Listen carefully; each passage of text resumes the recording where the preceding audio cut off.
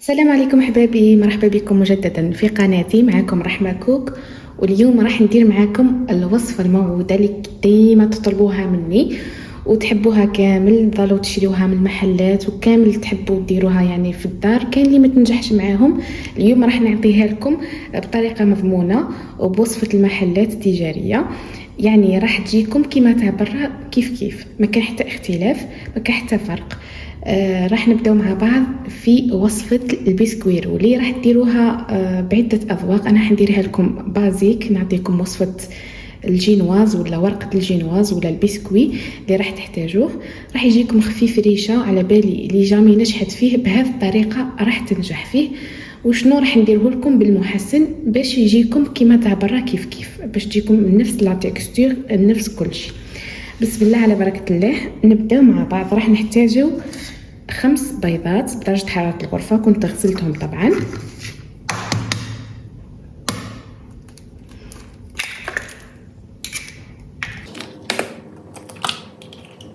هنا كسرت العظام تاعي، راح نزيد لهم رشة صغيرة تاع ملح، راح نزيد كذلك لافاني. هاد لاجينواز راح تخلطوا كلش مع بعض، ما تحتاجوش تفصلوا البياض على صفار ولا تطلعوا الصفار مع السكر، ولا راح تديروا كلش مع بعض لانه راح نستعملوا فيها محسن الجينواز. هذا هو محسن جينواز، راهو يجي على شكل كريمه هكا بيضه، تلقاوه متواجد في المحلات. السعر تاعو ماهوش غالي بزاف.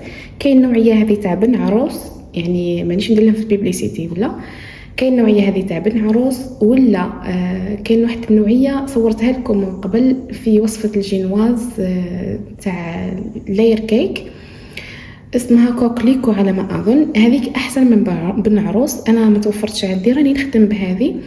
تطول شويه باش تطلع لكم، اذا لقيتوا الاخرى احسن. قلنا راح ندير السكر، راح ندير 90 غرام تاع السكر، وراح ندير كذلك الفارينة 100 غرام فارينة.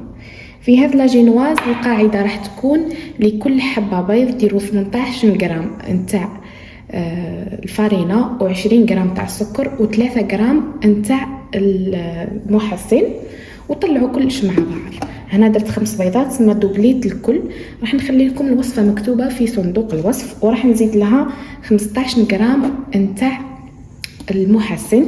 يا اخي شفتوا الفارينه بالكيل تاع الكاس هذا جاتني تقريبا كاس قد مسطح، ما هو معمر، ما هو قد كاس قد بالكاس هذا، ماشي الكبير هذاك تاع ام وليد، لا كاس هذا صغير شويه يهز 200 مليلتر ولا اقل. وجاتني تقريبا نص كاس نتاع السكر. راح نوزن المحسن مع بعض ونوريه لكم شحال جاني بالمغرف باش ديروا مقادير مضبوطه، باش اللي ما عندهاش الميزان تقدر دير هذه الوصفه ايضا وتنجح فيها. ها هي 15 غرام شحال جاتني بالمغرف هذا الصغير، ماشي صغير كامل. تجي مغرف معمره وبومبي كيما راكم تشوفوا. هذه 15 غرام راح نزيدها المكونات تاوعي.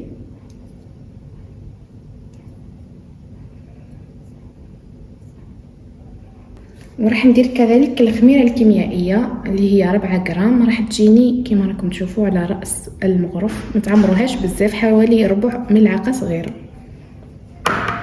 راح نخلط كامل هذه المكونات مع بعض ونطلعهم مليح حتى يتضاعف الخليط تاعي ويولي دوبلي، يولي يميل للابيض كيما لاجينواز كيف بواسطه الخلاط هذا ولا بالبيتخا نتاعكم. خلطوها مليح واحد 3 دقائق الى 5 دقائق حتى تحصلوا القوام اللي قلت لكم عليه. يلا مع بعض نخلطوا.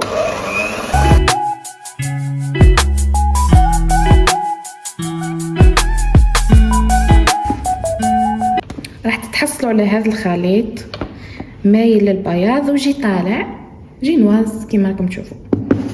راح نحطها في بلاطو القياس تاعو 30 على 40 سنتيم. حطيت فيه ورق الطهي باش ما تلصقليش، ونحط فيه الجينواز تاعي باش نتحصل على ورقه.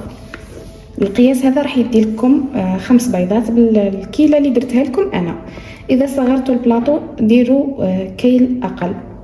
راح نمشيها مع البلاطو تاعي بالسباتولا وندخلها للفرن الطيب على 180 درجه. الفرن كنت سخنته مسبقا. خليوها تطيب 10 دقائق ماكسيموم، 12 دقيقه جيست ما تشد روحها وتبدا تحمر شويه. برك ما تطولوش عليها، كون تطولوا عليها راح تيبس لكم والورقه تاعكم ما تبقاش طريه. من بعد كي تجيو ترولوها تروليوها تتكسر لكم. مالا ما تغفلوش عليها في الطياب. راح نمشيها وندخلها الفرن تاعي اللي كنت سخنته مسبقا. بالنسبه للحشو حبابي راح ندير معاكم كريمه الزبده اللي تجيب الاوبلين، قصدي بالفوندون والاوبلين. كريمه الزبده هذه تجي خفيفه بزاف، تقدروا تخدموا بها لي سابلي تاعكم سورتو في الصيف، تقدروا تحشيو بها لي غاتو تاعكم. الاسم اللي يحب حاجه خفيفه هكا وسهله سورتو للمبتدئين، ويخدموا بها ميم في المحلات تاع الباتيسري برا. واش راح نحتاج فيها؟ نحتاج فيها كميه الفوندون اللي هو هذا، اللي هي الطبقه الفوقانيه اللي تجي فوق الملفاي تاع الباتيسري. ذوبوه يخدموا به الملفاي ويخدموا به ميم هذه كريمه الزبده. راح نحتاج كميه تاع الفوندون تكون طالقه روحها شويه، سينو اذا لقيتوه جامد ذوبوه شويه ماشي بزاف، شويه برك. نحتاج 400 غرام، ونحتاج نفس الكميه تاعها كريمه قصدي زبده تاع اوبلين اللي تجي بيضه هكا، ولا تقدروا ديروا اي مارغرين. انا درت 400 غرام. وراح نطلعهم مع بعض. نبدا نضرب الفوندون تاعي ونضيف له المارغرين تاعي اللي هي اوبلين تدريجيا، تكون طريه درجه حراره الغرفه باش نقدر نطلعها وتزيد لي في الفوليوم. يلا مع بعض نطلعوهم.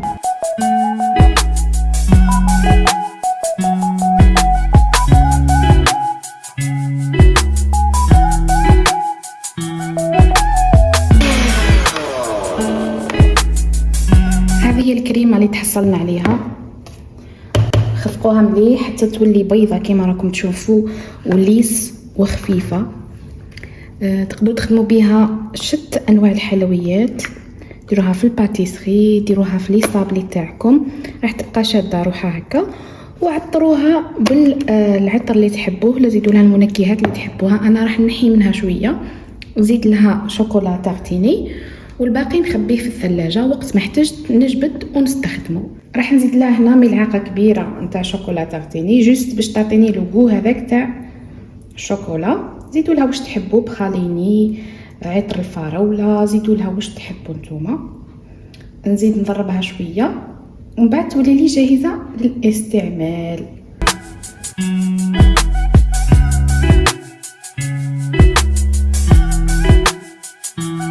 فوالا كيما راكم تشوفوا معايا هكا راهي واجده. هذه الجينواز تاعي بعد ما طابت لي غطيتها بطرشونه وهي سخونه باش ما تلبسليش، وراح نخليها تبرد. شوفوا معايا ما طيبتهاش حمرا بزاف، جوست مدات اللون ذهبي على الاطراف وشويه على الوش باش تبقى لي طريه. شوفوا معايا دوك نحيها من الورقه ونوريها لكم. فوالا شوفوا معايا بعد ما نحيتها من البلاطو ونحيتها من ورق الطهي تحصلوا على اللون هذا.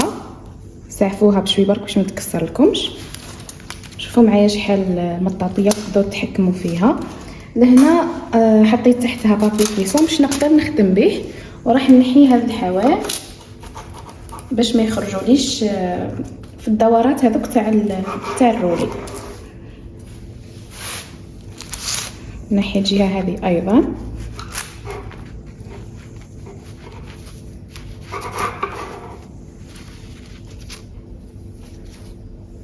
هنا عندي سيرو سامبل، كاس سكر بزوج كيسان ما يغليو 10 دقائق، طفي عليهم كي يبردوا نزيد لهم العطر اللي حبيتو ونشرب بها الجينواز تاعي شويه برك ما تكثروش باسكو هي رقيقه. الورقه تاعنا راهي رقيقه وهشه ما تحتاجش بزاف الشربات. نشربوها شويه. بعد ما تشربت راح نحط لها كوش رقيقه تاع الكريمه اللي حضرناها مع بعض. كثروش غير كوش رقيقه برك. عفوا. شوفوا معايا كيفاش درت كوش رقيقه باش من بعد ما تجينيش تقهم في الحشو وما تبقاش هذيك الكريمه خارجت لي من على الطراف. نحكموا الورقه تاعنا بالطول، نديرو هكا ثانيه،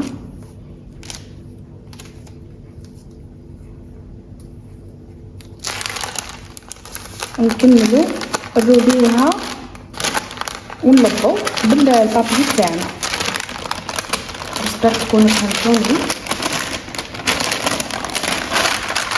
ندور لكم ورقه باش تشوف هكا، ندزوها غير بالبابي، ومن بعد هذاك الطرف اللي بقى لي نخليه للاسفل ونلفها كامل في البابي تاعنا ونزيرها باش تبدي اون فورم.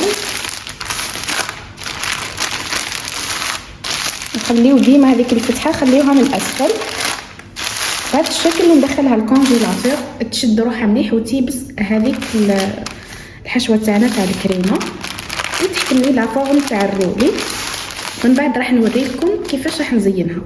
من بعد ما بردت خرجتها من الكونجيلاتور، شدت روحها هنا شويه، راح ندير لها كوش خفيفه تاع كريمه الزبده من فوق باش نقدر نقلاصيها.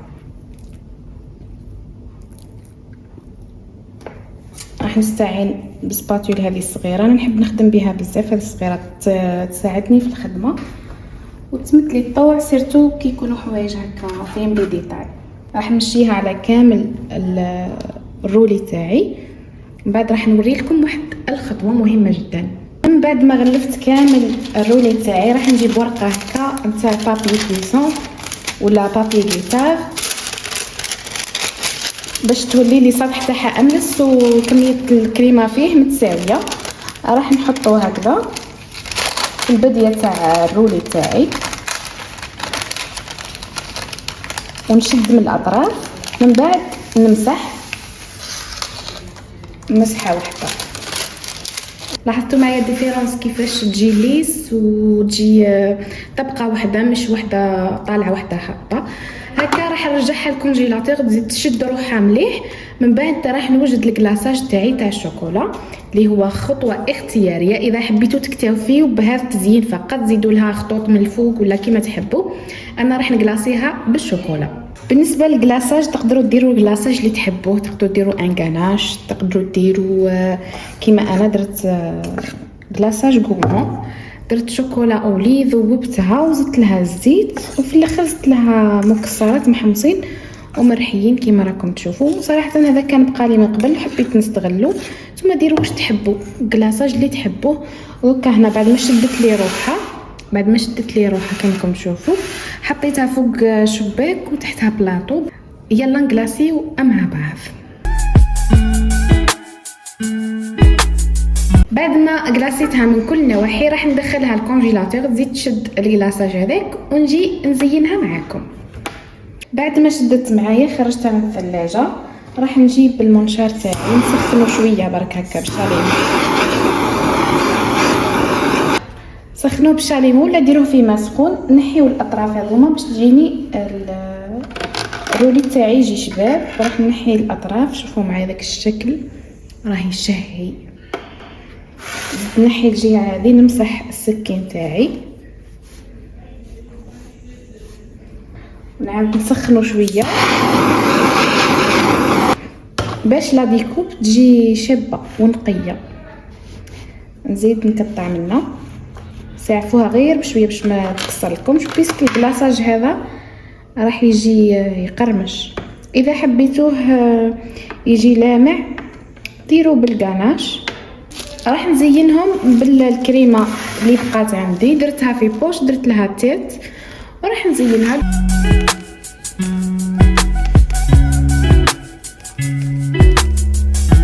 راح نزيد لها شويه حبيبات تاع شوكولا هكا من الفوق نكاسيو بيهم. هذه كانت نتيجة وصفتنا لنهار اليوم، وصفة البسكوي رولي. ان شاء الله تكون عجبتكم وتجربوها وتعطيوني رأيكم فيها وتنجحوا فيها. راني متأكدة باللي كامل راح تنجحوا فيها. جربوها راهي مضمونة على ضمانتي. ونروحوا لمرحله التذوق اللي كامل تحبوها. راح نذوق معكم هنا قطعه ونشوفوا القوام تاعها مع بعض. بسم الله، شوفوا معايا شحال راهي طريه وخفيفه، تقسم وحدها كما راكم تشوفوا. بسم الله، روعه، ذوب في الفم، روعه، ما كانش فرق بينها وبين تاع المحلات. في الاخير حبابي، نتمنى تكون عجبتكم وصفه نهار اليوم، وما تنساوش تخليوا لي رايكم في التعليقات اذا جربتوها. ثاني ابعثوا لي نشوف لي فوتو في الانستغرام، تلقاوني رحمه كوك، تلقاوني ايضا في فيسبوك والتيك توك، راني متواجده في جميع لي ريزو سوسيو. وما تنساوش تشتركوا في القناه، اللي اول مره يزورني ويشوف قناتي يضغط زر الاشتراك وخليوا لي جيم وتعليق. سلام.